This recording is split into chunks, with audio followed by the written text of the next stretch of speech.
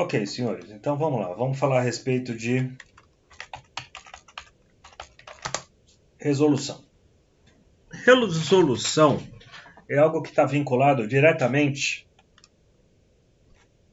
à quantidade de bits do conversor analógico digital que a gente vai trabalhar nesse tipo de equipamento de controle.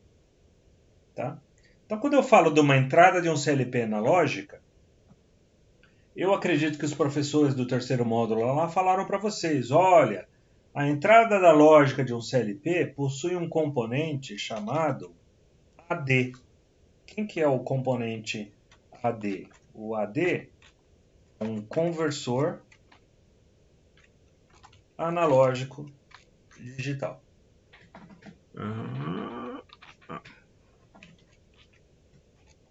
O AD vem de analógico digital. E na saída do CLP existe um componente chamado DA, que ele é um componente que faz a conversão digital para analógico. Lembrado desse assunto ou não? Sim. Como é que esse cara funciona? Do lado analógico, ele vai pegar uma referência do tipo de 0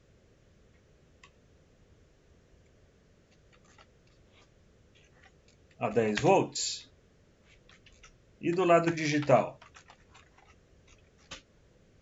ele vai pegar uma sequência de zeros e uns, dependendo do quê?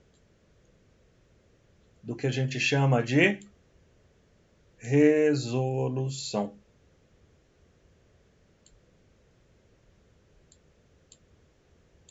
Então, essa sequência de zeros e uns vai ser o quê? A quantidade de bits que esse conversor AD trabalha ou que esse conversor DA trabalha. E o conversor DA funciona como? O DA é o inverso, né? Ele vai pegar um conteúdo digital e vai transformar num conteúdo analógico. Vai pegar uma referência digital qualquer, vai transformar, por exemplo, em mais 3,32 volts.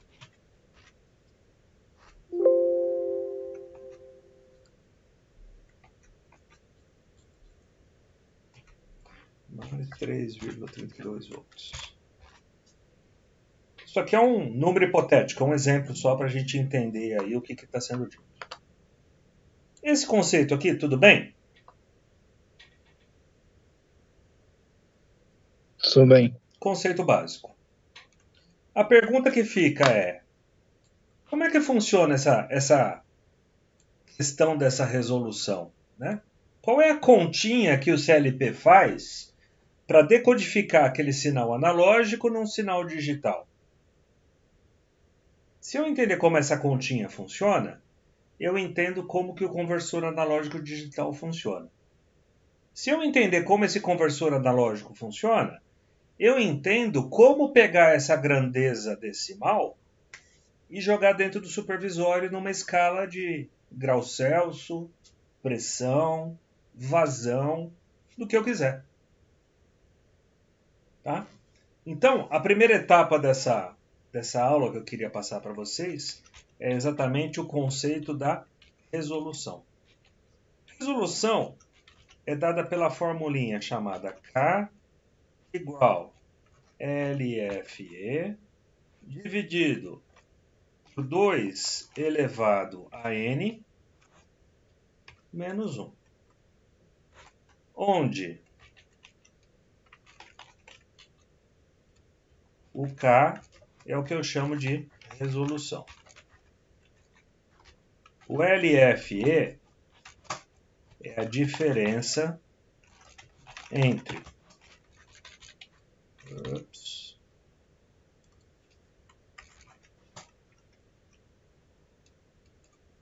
maior e menor valor da escala trabalhar.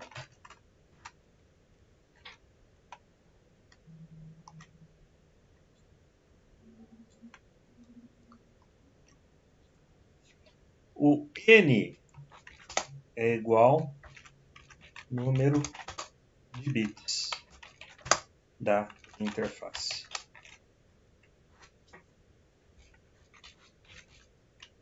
Se eu tiver uma escala de 0 a 10 volts, qual é o valor do meu LFE?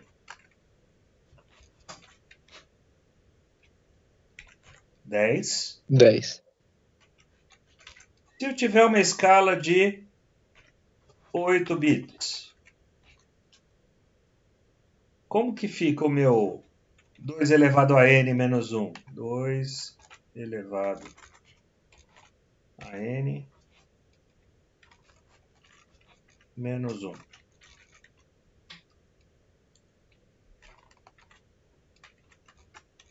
Fica 2 à oitava menos 1. 2 à oitava é 256. Menos 1, 255.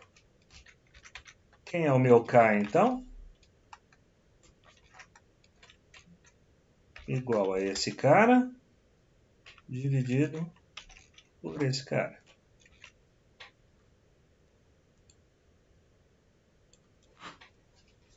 Isso quer dizer o seguinte.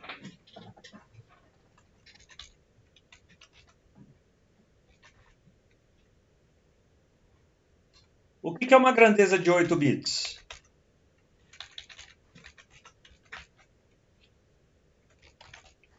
Decimal,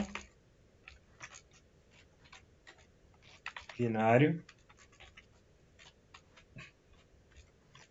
volts. 0 em decimal, 0 binário.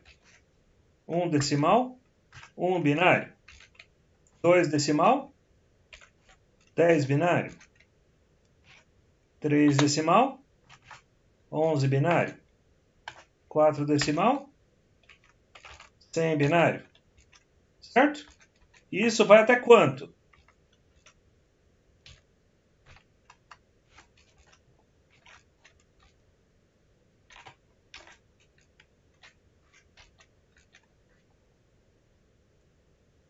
$255?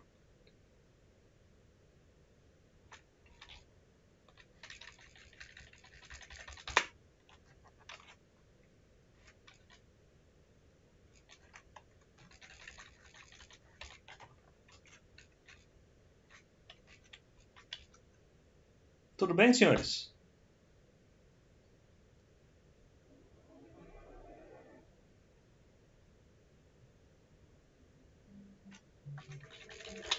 Até aqui alguma novidade? Tudo certo, quanto?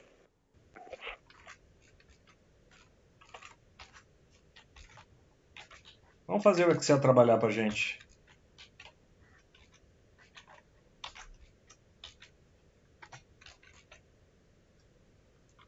Quantos bits eu tenho aqui? Ó, vou dar um zoom.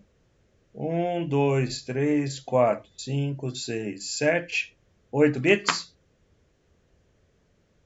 Tudo bem? Tudo isso aqui são possibilidades de decodificação do meu conversor analógico digital. Então ele vai pegar uma referência em volts e vai decodificar para o binário.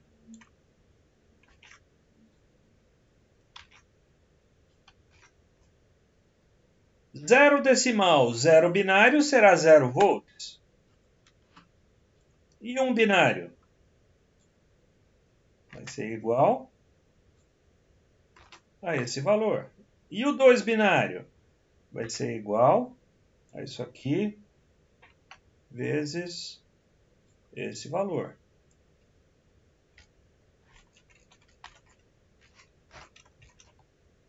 E o 3 binário? E o 4? O que eu estou fazendo aqui? Estou pegando o número decimal e multiplicando pela resolução? Tudo bem? Sim. Quanto que tem que dar essa multiplicação? 255 vezes o K. 10. Tá aí.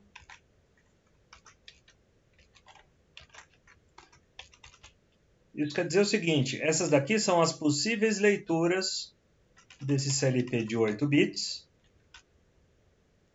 considerando o K que a gente está trabalhando.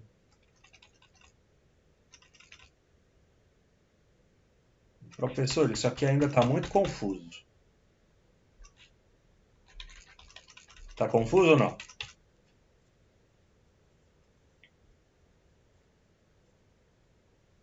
Ou dá para entender? Por mim dá. Ainda só com os 8 conectados? Por que esse menos 1? Porque 1 é 0, o primeiro. Hipoteticamente, vamos falar de um conversor de 2 bits? Bit 1, bit 0. Se fosse aqui um conversor de 0 a 10 volts. Se eu tenho 2 bits, quantas combinações eu tenho possível aqui? 0, 0, 0, 1, 1, 0, 1, 1. Tem mais alguma combinação possível aqui, pessoal? Não. O que eu faço com esses 10 volts? 0 e 0, 0 volt. E aqui?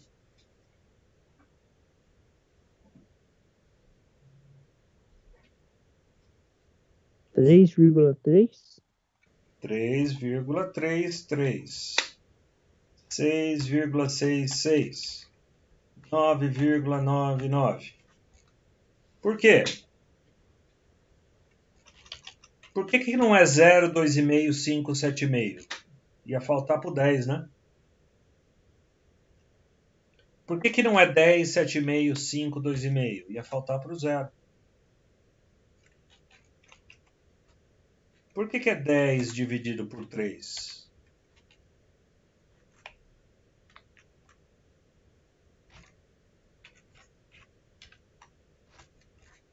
Por que é o 10 dividido por 3?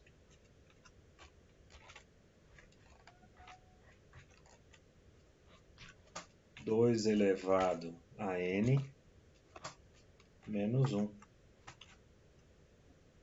2 elevado a 2 bits, não dá 4?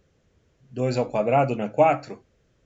Menos 1, 3. Por isso que é 10 dividido por 3. Por isso que é 10 dividido a 255 e não 256. Porque senão essa conta não fecha. Ok? Tá tranquilo aqui, pessoal? Vocês conseguem enxergar então que isso daqui é o reflexo do quê? Do K sendo multiplicado por um número decimal?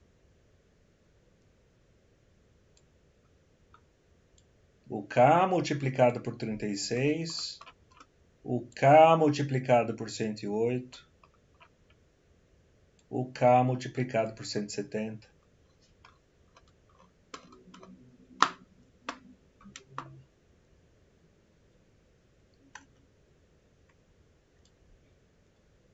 Podemos fazer aqui uma linha de teste. Isso aqui é igual a quem? Esse vezes o K. Teste. Esse decimal, teste em volts. Quando eu tiver 0 decimal, 0 volts. Qual que é a metade de 255? 127? 4,98 volts? É a metade da escala de 0 a 10? 1/4 de 255, algo perto de 64? 2 volts e meio? 1/8, algo perto de 32? 1,25? Fundo de escala, 255, 10 volts. Tudo bem, pessoal? Tudo. E se fossem 12 bits aqui?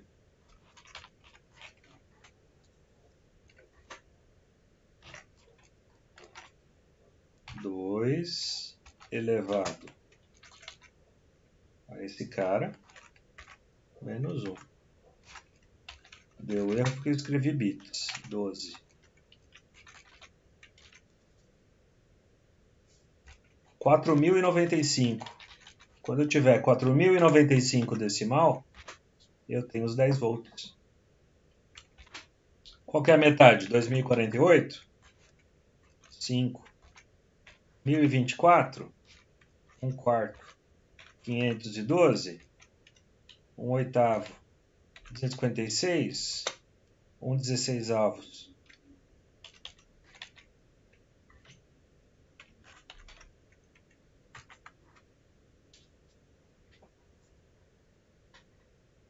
Tá fácil ou tá difícil de entender isso aqui? Tá fácil. Alguma dúvida? Alguma questão?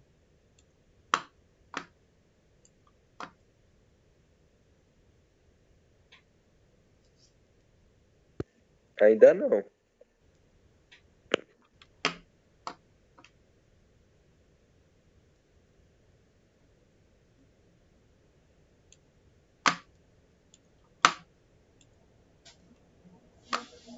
Qual que é meu problema aqui? Eu preciso da leitura em litros por minuto aqui, né? Eu tenho que achar uma relação entre 0 a 150 com 0 a 10 com 0 a 255.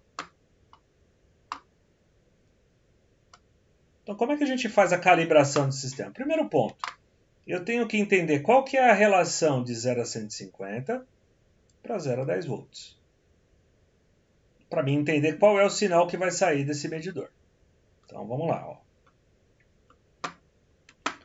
Se eu tiver, num momento, uma medição de instantânea de 87 litros por minuto, como é que a gente vai calcular? Quantos volts que são entregues pelo medidor nesse instante? Como as duas escalas começam do zero, eu posso fazer uma regrinha de 3 básica aqui, ó. 150 litros está para 10, assim como 87 está para x. Então, a regra de 3, os dois inícios de escala começam do zero. Eu posso fazer essa referência aqui. Quem que vai ser meu x volts? Meu x volts vai ser 87 vezes 10 dividido por 150. Isso vai dar 5,8 volts. Vocês querem conferir aí na calculadora?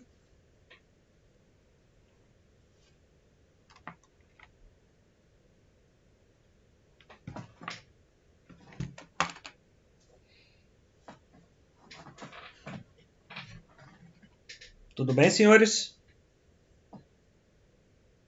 Tá certo. Sim. Então, ó, a segunda pergunta. Quantos volts o CLP reconhece como uma possível leitura? O elemento sensor entrega 5,8 volts para o CLP. O que o CLP enxerga desses 5,8? Vamos dar uma olhadinha naquela tabela lá? Cadê os 5,8 volts aqui? Opa, vou ter que voltar aqui para 8 bits. Vamos lá, 8 bits. Agora sim, 255. Eu tenho 5,80000 aqui ou não? Não. Tá vendo que eu tenho 5,76 ou 5,8039? Vocês concordam que o 5,8 seria alguma coisa entre a posição 147 e a posição 148? Sim. Sim. Faz sentido para vocês isso? Faz. Por que não tem uma posição aqui no meio? Tem meio bit, pessoal? Não tem meio bit, né? Ou eu estou nessa posição 011 ou estou na posição 100. Não dá para estar numa posição intermediária aqui.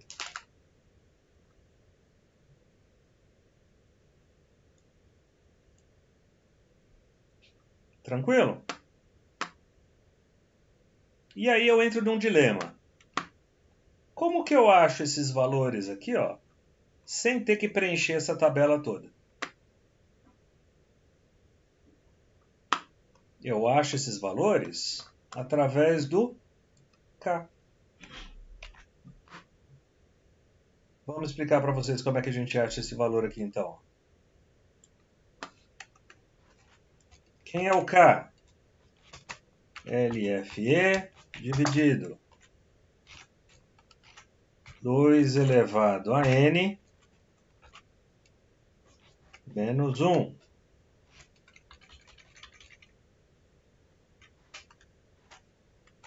K igual 10 menos 0. A escala não começa do zero? Dividido 2 elevado à oitava menos 1.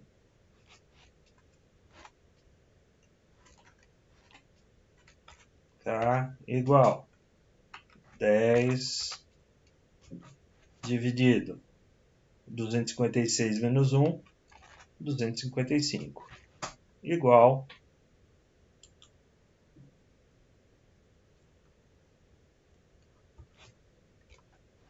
volts por transição. O que eu estou chamando de transição? Estou dizendo isso aqui, ó. Dessa posição para essa é uma transição. Dessa para essa é uma transição. Dessa para essa é uma transição. Essa é a leitura do K. 0,39 mais 0,39, 0,78. Mais 0,39, 11,76. Mais 0,39, 0,1568. E assim por diante. Tudo bem?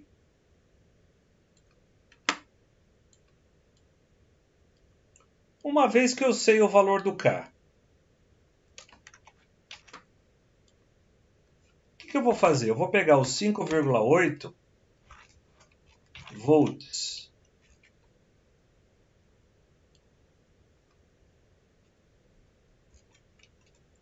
se eu pegar essa fração de 5,8 volts e dividir por esse valor aqui, que é volts por transição, qual é o resultado que eu vou achar?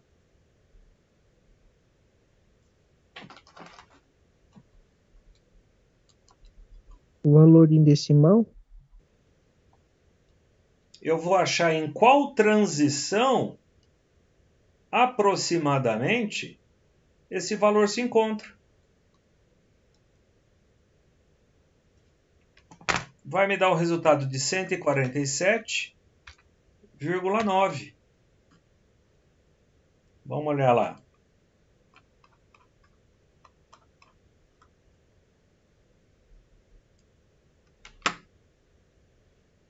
Existe 147,9? Não, né? Existe o 147 e o 148?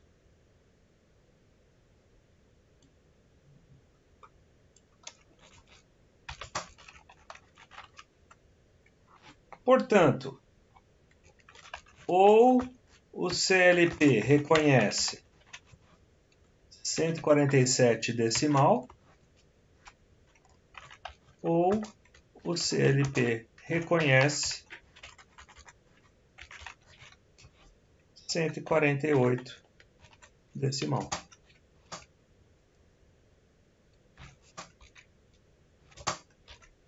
Se o CLP reconhece 147 decimal,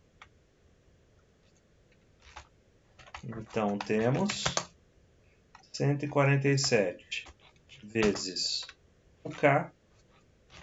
Quanto que vai dar isso?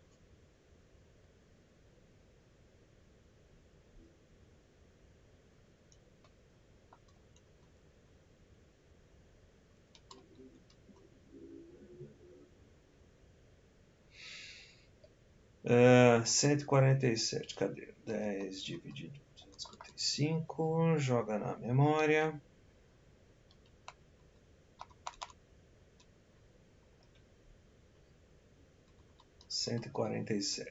Vai dar 5,7646 volts.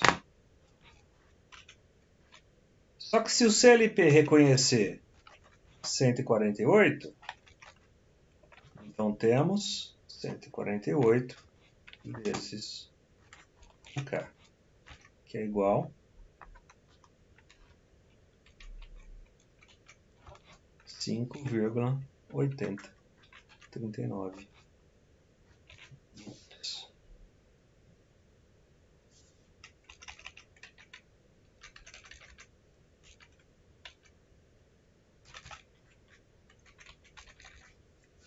Ok, professor. Você me deu a referência de quantos volts o CLP está entendendo aqui. Mas o que é que eu estou mandando aqui pela rede? Vocês estão lembrados da aula do ModSim? ModScan? Sim. É isso aqui ó, que ele manda. Então eu tenho que montar uma fórmula de forma que, quando eu receber o 147 decimal, ele me entregue o quê? 5,76 volts? Não. Ele me entregue X litros por minuto. Que tem que ser algo muito perto de 87, pelas contas que a gente está fazendo aqui. Ok? Tá ficando claro aonde eu quero chegar ou ainda está misterioso esse assunto? Tá claro. Claro.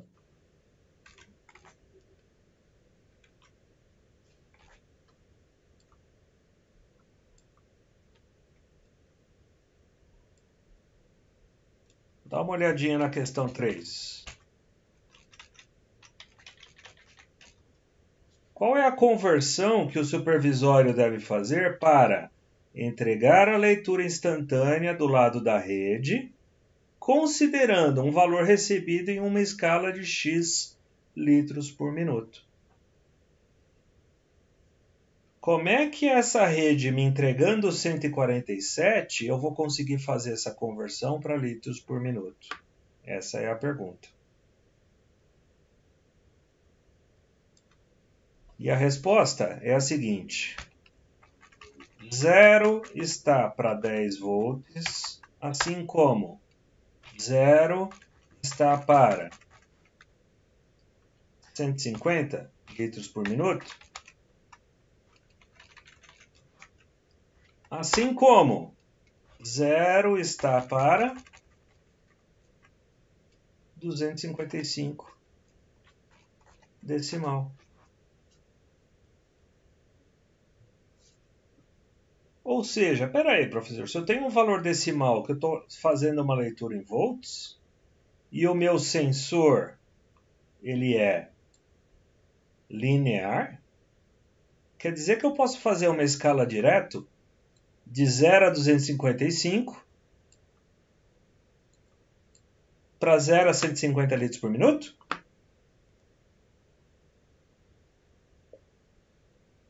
E a resposta é sim.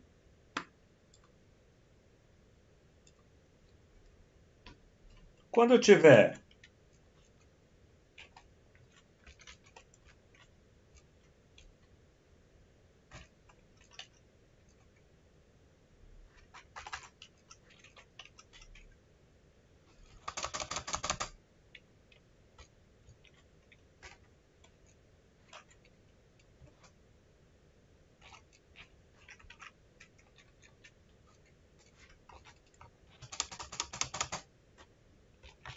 x decimal, eu terei y litros por minuto. Nesse momento, eu não preciso ter os 0 a 10 aqui. Isso quer dizer o quê? Quem é o meu y litros por minuto?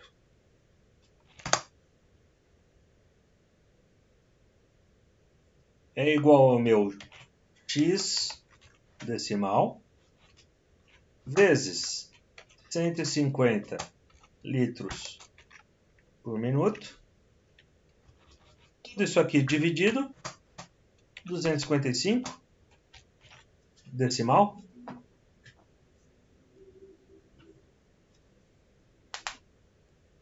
Faz sentido isso para vocês? Ou está muito estranho? Faz sentido. Sim. É consenso? Ninguém me perguntou nada. Chegou mais alguém aí? Quem que chegou agora há pouco? Leonardo? Ou Johnny? Não, eu tô aqui faz tempo.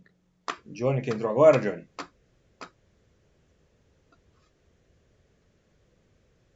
A aula está sendo gravada, é importante. Depois você pega esse conteúdo aí, faz uma revisão aí, o pessoal que chegou mais tarde.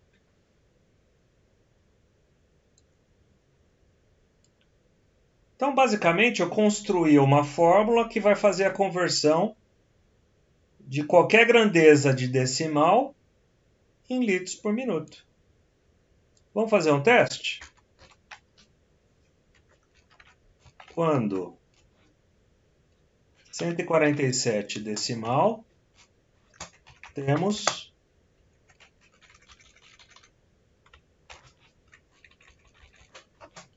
147 vezes 150 dividido por 255 igual a 5,8. Eu acho que não. 86,47 litros por minuto. Se eu estivesse usando a escala de 0 a 10 volts aqui, ó, eu teria o 5,8, mas eu não estou usando a escala de 0 a 10. Eu estou usando a escala em litros por minuto.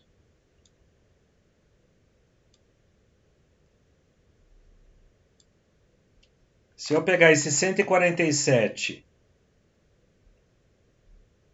multiplicar por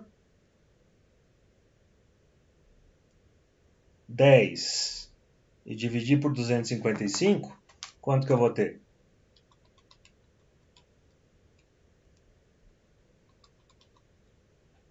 5,76. Porque eu estou na escala de volts, né? Eu não estou na escala de litros por minuto.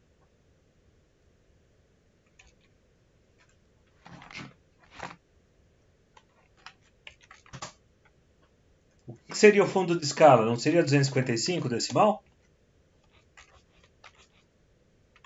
Temos 255 vezes 150 dividido 255. 255 dividido por 255 dá 1. 1 vezes 150. 150 litros por minuto.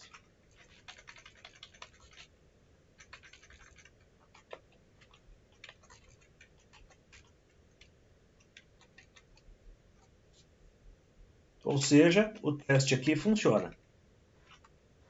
Na teoria, tudo está funcionando, correto?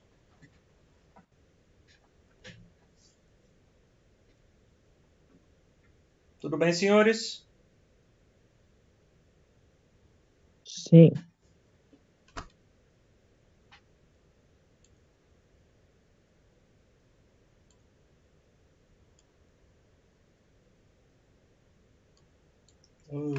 ETEC que me torra tanto a paciência.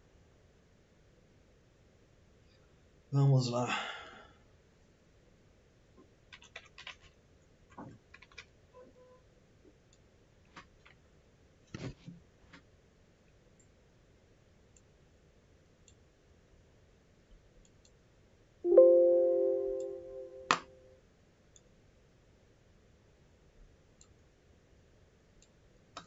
Device ID 12, endereço 1, 5 variáveis, input register.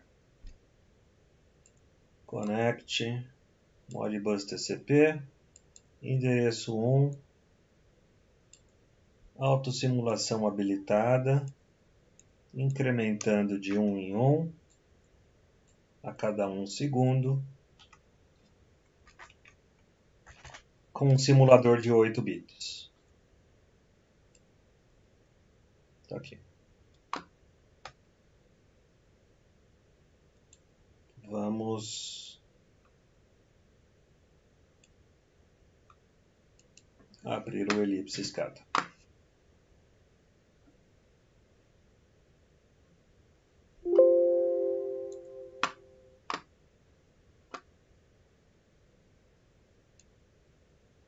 Nova aplicação.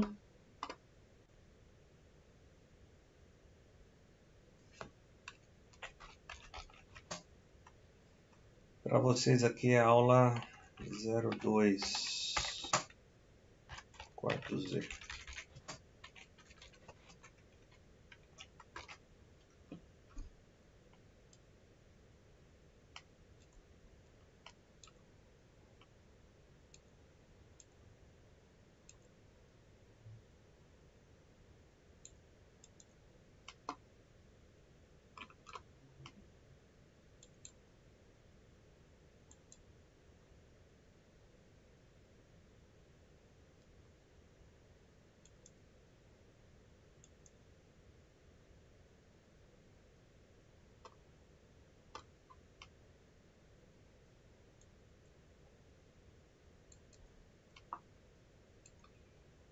Vamos configurar o driver.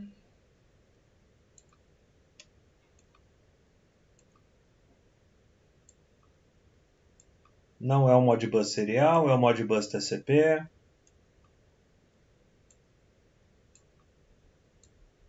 É o Modbus Ethernet. 92.168.0, acho que é 8 meu endereço. Vamos conferir.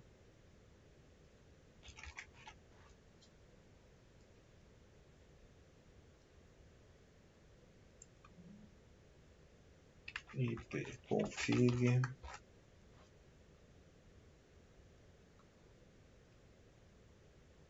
92.168.0.8. Então, tá certo. Configurei o meu driver. Vamos adicionar um tag do tipo PLC.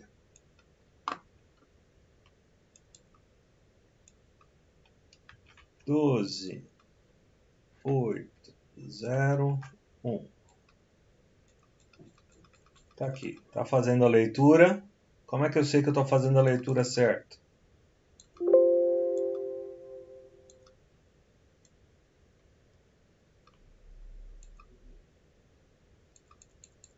A leitura aqui tem que ser o valor que está sendo escrito aqui, ó, no simulador, certo? Olha lá. Se eu desconectar o simulador, ó, desconectei, está escrito not connected. Se eu tentar fazer a leitura, vai dar erro. Olha lá, leitura, erro, porque o meu simulador está desconectado. Quando eu conectar de novo, a leitura processa. Até aqui tudo bem? Estou revisando a nossa última aula, certo? Certo. Posso criar um display para esse número aparecer para mim? Olha lá. Ó. Seleciono o tag 1.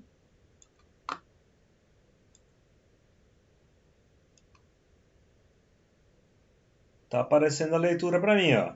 Só que essa leitura, ela é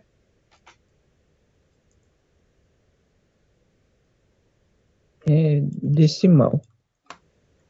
Decimal.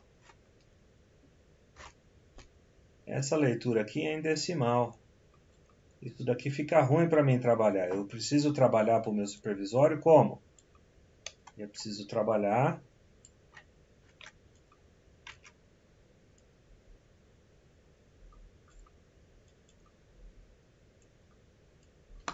em litros por minuto. Adianta eu colocar litros por minuto aqui e rodar a aplicação? Não, né? Isso aqui não é litro por minuto, isso aqui é decimal.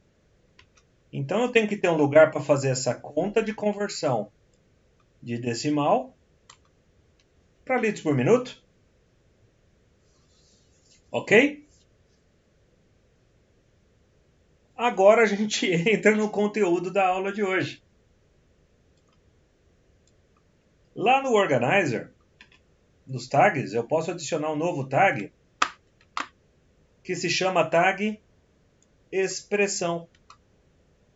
Um tag expressão, ele cria uma variável com um valor calculado. Olha que legal. Quer dizer que eu tenho um tag 02 que vai fazer uma conta para mim.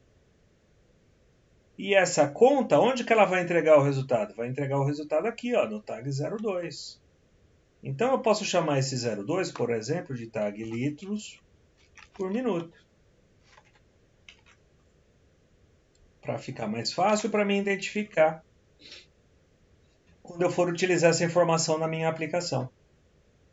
E qual foi a expressão que a gente usou lá mesmo? Voltando lá no nosso documento. A leitura em decimal vezes 150 dividido por 255. Correto? Sim. Então vamos lá. Quem é a minha leitura em decimal? Não é o tag 001? Então eu escrevo aqui, ó, tag 001, da onde eu estou tirando a leitura decimal. O asterístico faz o vezes 150. A barrinha faz o dividido 255. Verifico que não tenho nenhum erro aqui destacado. Fechei a configuração do meu tag. Volto para esse display. O que eu quero mostrar aqui agora? É o tag 01?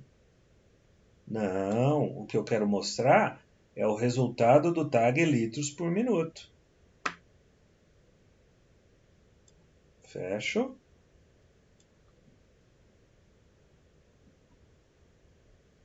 E agora? Será que está certo? Professor, tá pobre essa informação. Cadê as casas depois da vírgula aqui? Vamos melhorar isso aqui, ó. Dou 2 cliques. Formato. Numérico. Precisão. Eu quero 4 casas depois da vírgula. Tá aqui, ó. Eu quero indicar que essa grandeza está em litros por minuto. O que eu faço? Eu escrevo aqui, ó, como sufixo.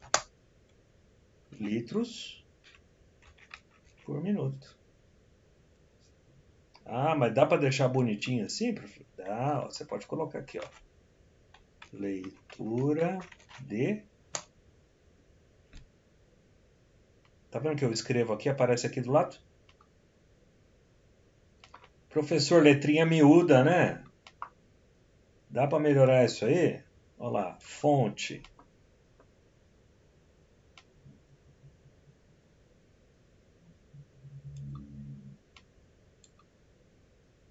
Melhorou? E a moldura? Também dá para melhorar?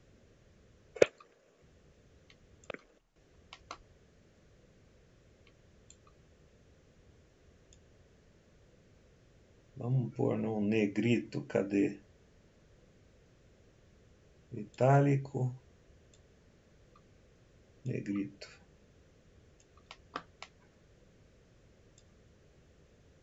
Agora eu posso esticar aqui um pouquinho para ficar melhor esse negócio.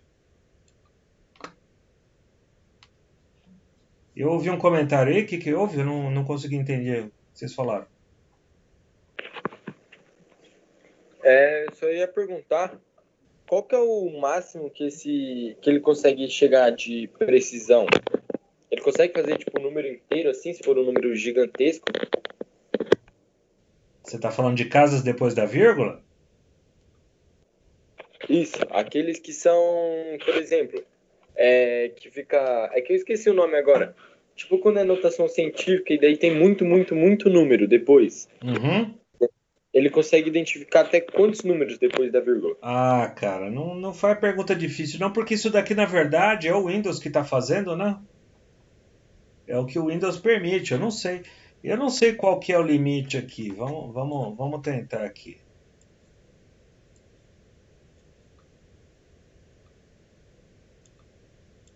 $255?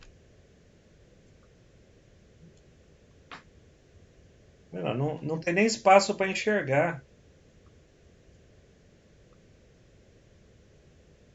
Né? Não sei. E outra, qual é a utilidade de ter tantas casas assim num display visual? Esse número de casas talvez vai interessar para a conta que está sendo executada. Mas para o operador enxergar na tela, não sei se eu preciso de tantas casas assim depois da vírgula, entendeu? Eu vou poder fazer equações do tipo, ó, quando o número for maior do que 52,9405, acende uma lâmpada. Então eu vou usar essa casa com a quarta casa depois da vírgula. Certo? Mas eu preciso mostrar esse detalhamento da quarta casa depois da vírgula? Talvez não. O que eu preciso, na verdade, é o seguinte.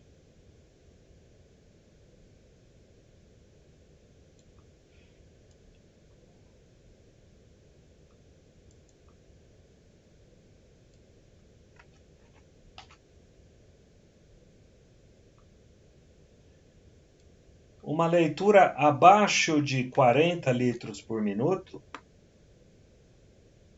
vai ser algo ruim para mim, ó. Tá muito fraco do que deveria.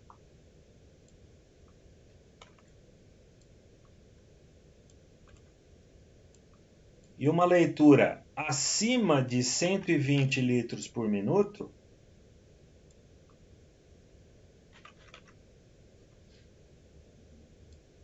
120, 113 para ficar bonitinho ali, ó. Vamos por abaixo de 38, acima de 113. É algo crítico para mim, eu tenho que tomar cuidado. A minha operação normal tem que ser aqui, ó, de 38 a 113. Ops.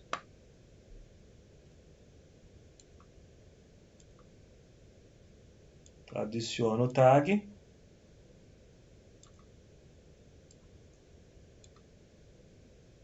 E dessa forma fica fácil para o meu operador visualizar quando a leitura está dentro do ideal ou quando a leitura está fora. Olha lá, estou com uma leitura perigosa. Está acima, está no ponto vermelho. Estou com uma leitura ruim também, está abaixo do que eu preciso de bombeamento mínimo.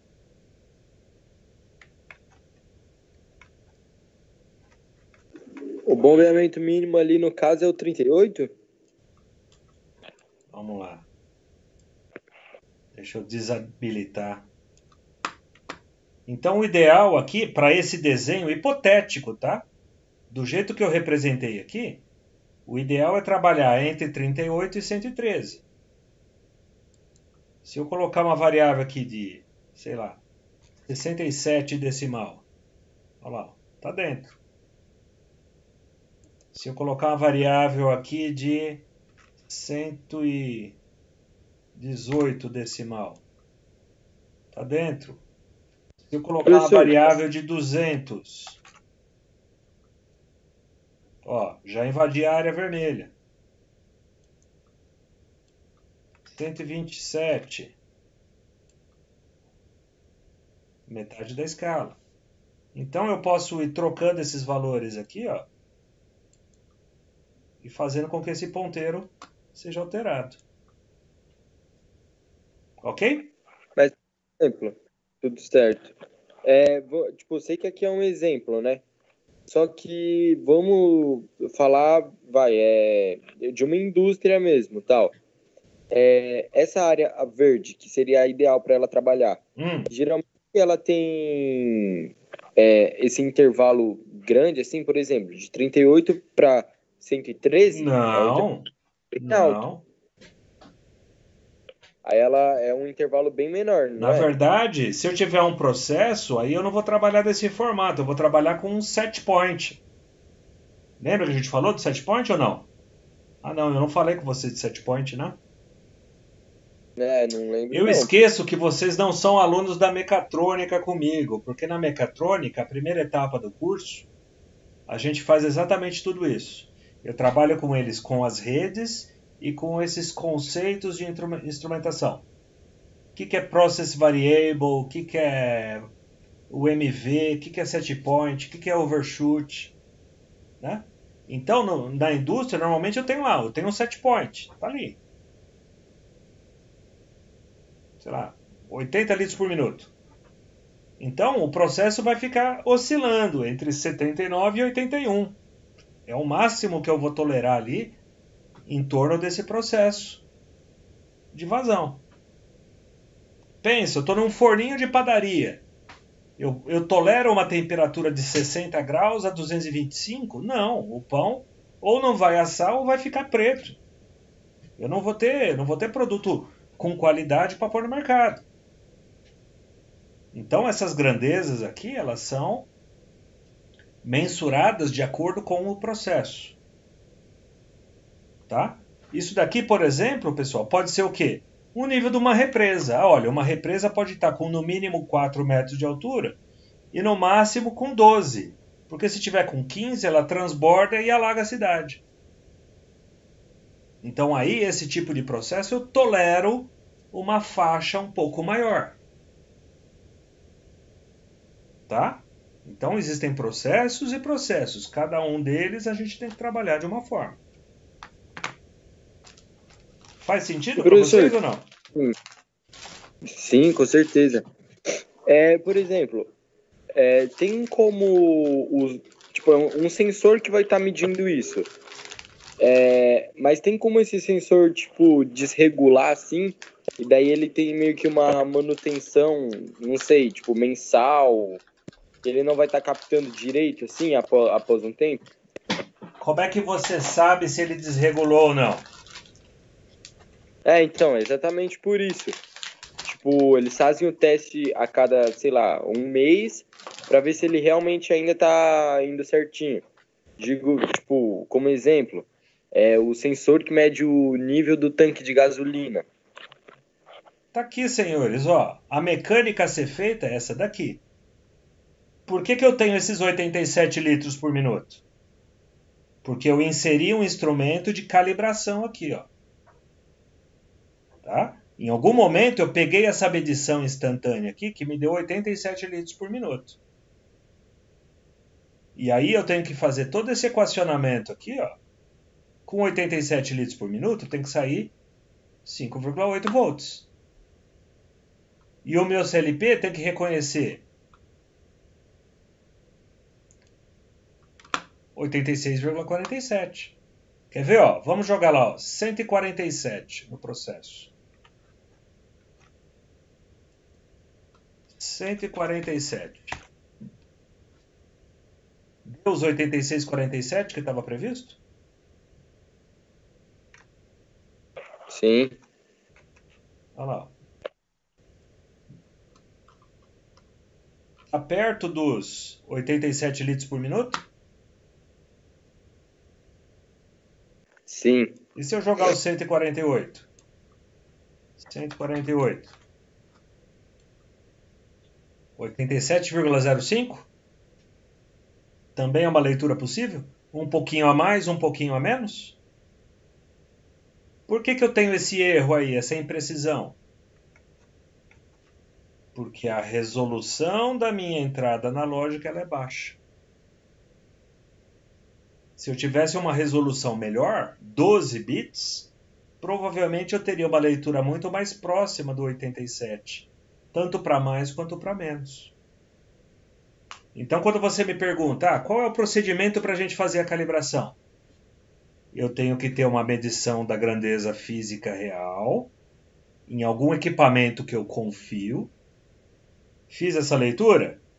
Faço a medição analógica da saída do elemento. Bateu as contas com 5.8? Ótimo. Bateu a conta do supervisório? Ótimo. O meu sistema está calibrado. Então, realmente, você está correto. De tempos em tempos, você tem que inserir esse processo de calibração na tua linha de produção. Mas de quanto em quanto, professor? Depende. Depende do quê? Do desgaste que essa linha sofre ao longo do processo. Se eu tenho um processo que ele é muito agressivo, eu vou ter problema na minha planta. Então eu vou ter que usar um sensor ou que dure mais tempo ou que seja mais preciso ou que seja mais robusto. Né? Eu vou ter que analisar o que eu faço nesse tipo de situação. Ou eu vou ter que aumentar a incidência de testes de calibração no meu processo. Então tem N recursos aí que devem ser implementados ou que podem ser implementados nesse tipo de processo. Ok?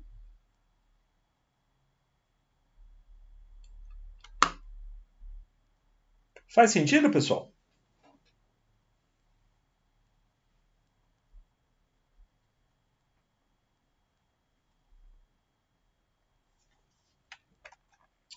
Qual que é a vantagem desse uso do simulador? Exatamente essa, ó. Eu não estou com um medidor de vazão aqui, ó. Mas eu preciso fazer os testes de tela. Como é que eu faço os testes de tela? Aí, põe para crescer de 5 em 5.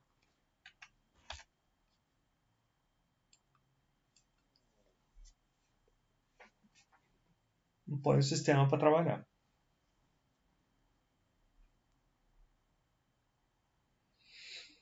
Dúvidas?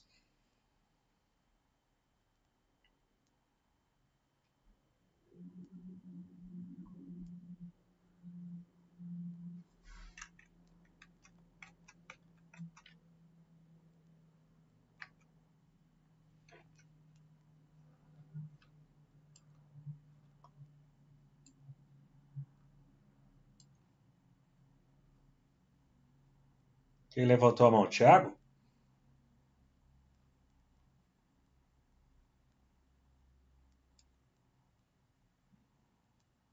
Diga, Thiago.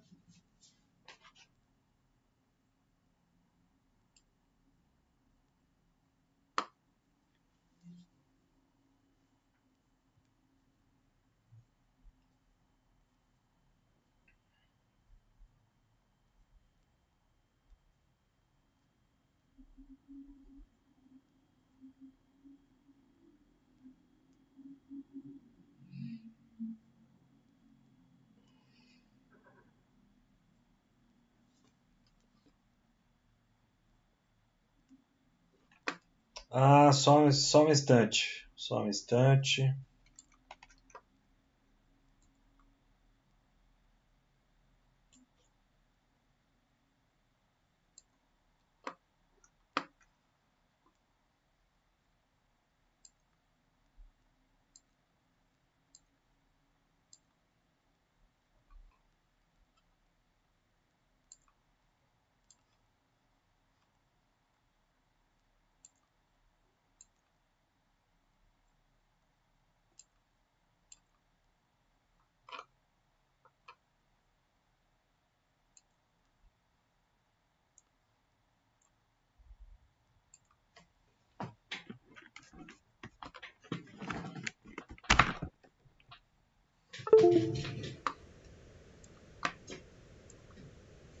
Estão na escuta?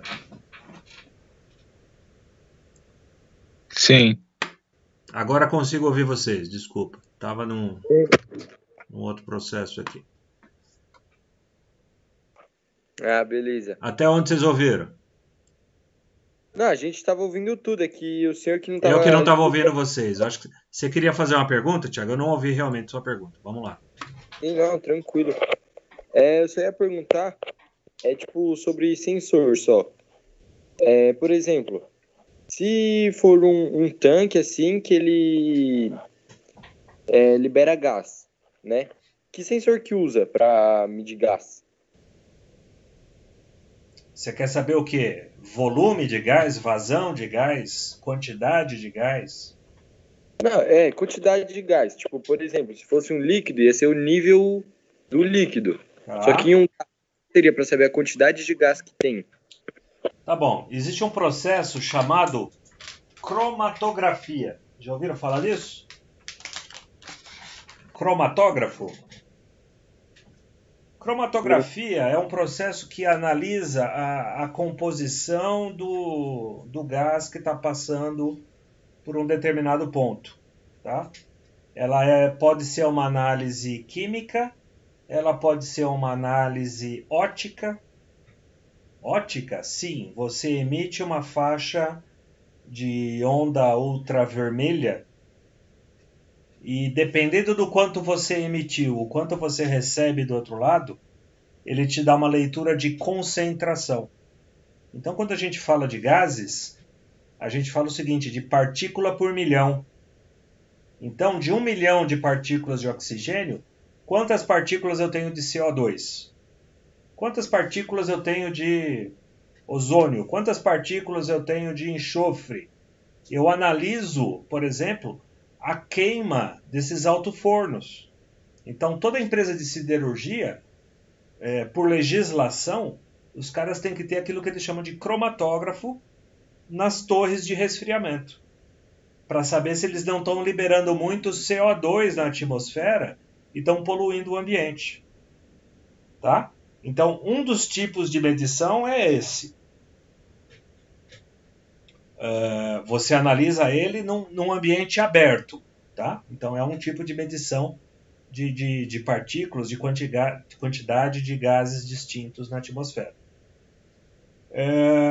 Você pode ter outra medição vinculada a volume. O exemplo clássico que eu poderia estar dando para você é o seguinte. Esses carros são movidos a gás GNV. Você já viu algum carro desse sendo abastecido?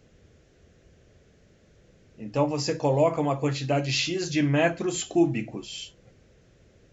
Então você não está vendo o gás. Só que quando esse gás ele é envasado e ele passa pela mangueira, ele passa por uma turbinazinha. E cada volta dessa turbina são X ml cúbicos que estão passando por ali. Então imagina o seguinte, se essa hélice rodar 1000 vezes, são 1000 metros cúbicos. Se rodar 2000 vezes, são 2000 metros cúbicos, e assim por diante. Então a outra forma que tem para fazer medição de gás é vazão. Ainda uma terceira forma, né, é o quanto esse gás pressuriza um sistema. Então, por medição que a gente chama medição indireta, eu sei que tem um determinado volume de gás ali no caso. Se a gente fosse falar de sensores, dava para a gente ter um curso de mais de 1 ano e meio. Tá? Só de tecnologias de medições. Então, realmente é um negócio muito extenso e cada dia que aparece um negócio novo. Tá? Tanto é que tem um sistema novo de medição agora, né? O que está sendo dito aí que é a instrumentação do século XXI. Eles estão chamando desse jeito. É a utilização de imagens para análise industrial.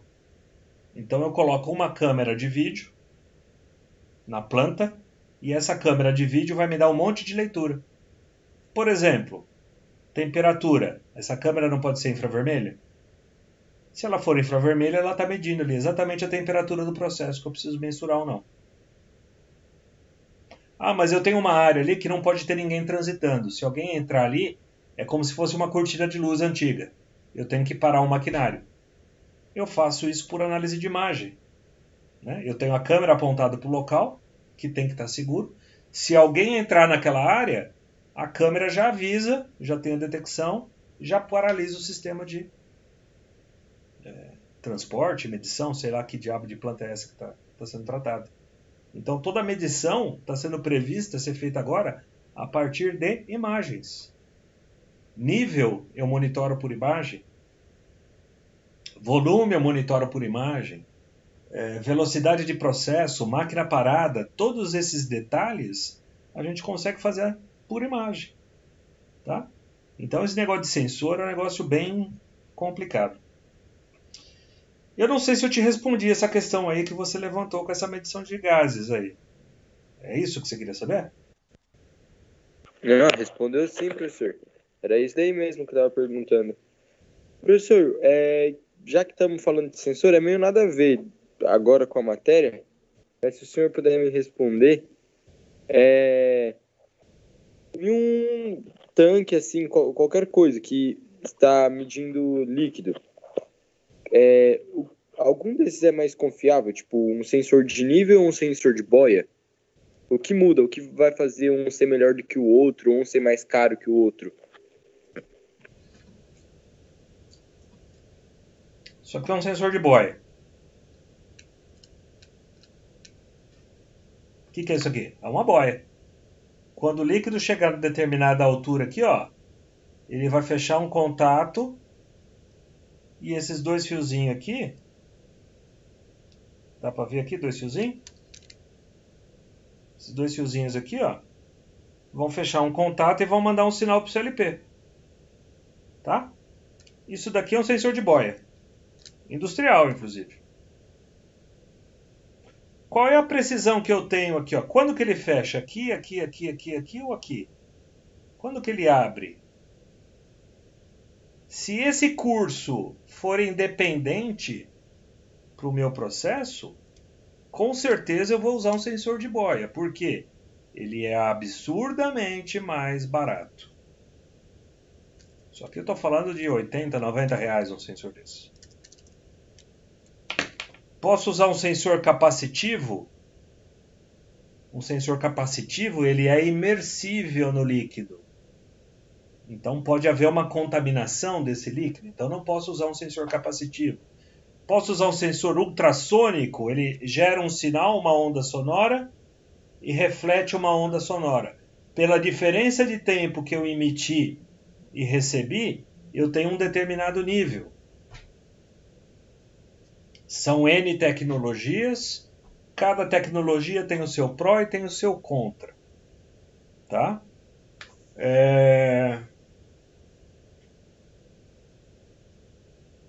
Medição de nível de precisão não é comum. Tá? Se eu preciso ter uma precisão na medição, eu vou apelar para a medição da vazão. O quanto eu vazei para dentro do reservatório, o quanto eu vazei para fora do reservatório. A medição de nível está mais vinculada a você ter ou não uma quantidade X de matéria-prima que você vai usar ao longo de um dia, de um mês, de um ano. Por isso eu verifico o nível. Tá? Eu não posso trabalhar com uma injetora de plástico que consome meio reservatório por dia se o meu nível de polímeros está para 1/4. Eu vou ter problema na minha produção. Medição de nível de sólido, professor? Sim. Polímeros, grãos, grão de feijão, por exemplo, grão de soja. Eu verifico se eu estou no nível ou não num silo de armazenamento. Então tem medição de nível também para sólido, tá? Não é estranho isso. Então depende muito do que você precisa.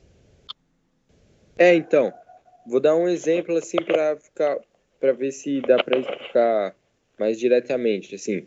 Tipo em um tanque de gasolina de um carro. Tá. Não usa um de boia, né? É um de nível. Tipo, como que é?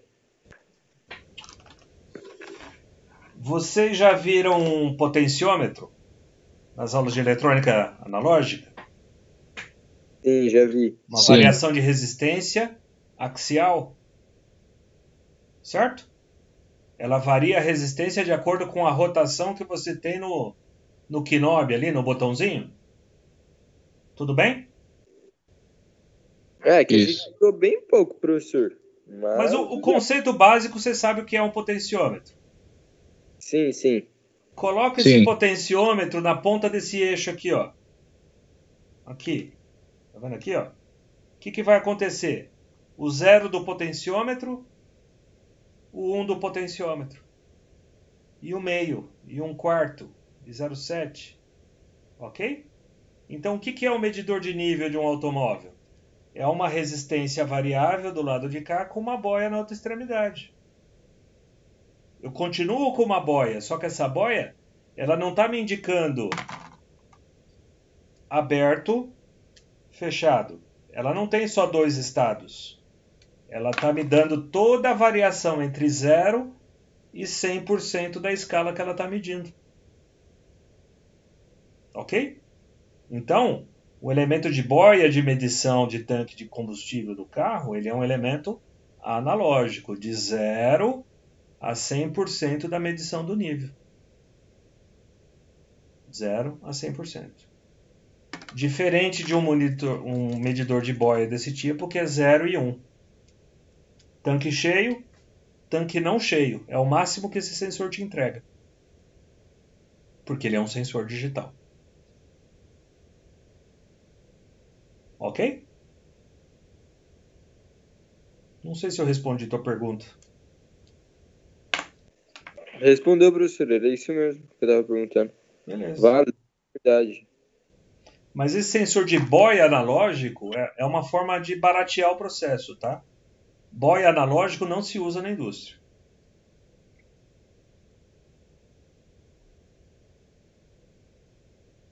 Existem outras formas de fazer medição aí mais precisa na indústria do que uma boia. A boia ainda é um elemento eletromecânico. Não é muito bem visto nessas aplicações. O que mais, senhores?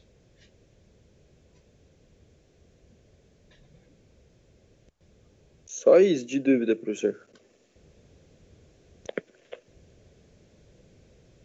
Os demais coleguinhas, alguma dúvida? Tá de boa, professor. Sem dúvidas. Então vamos lá. Primeira etapa,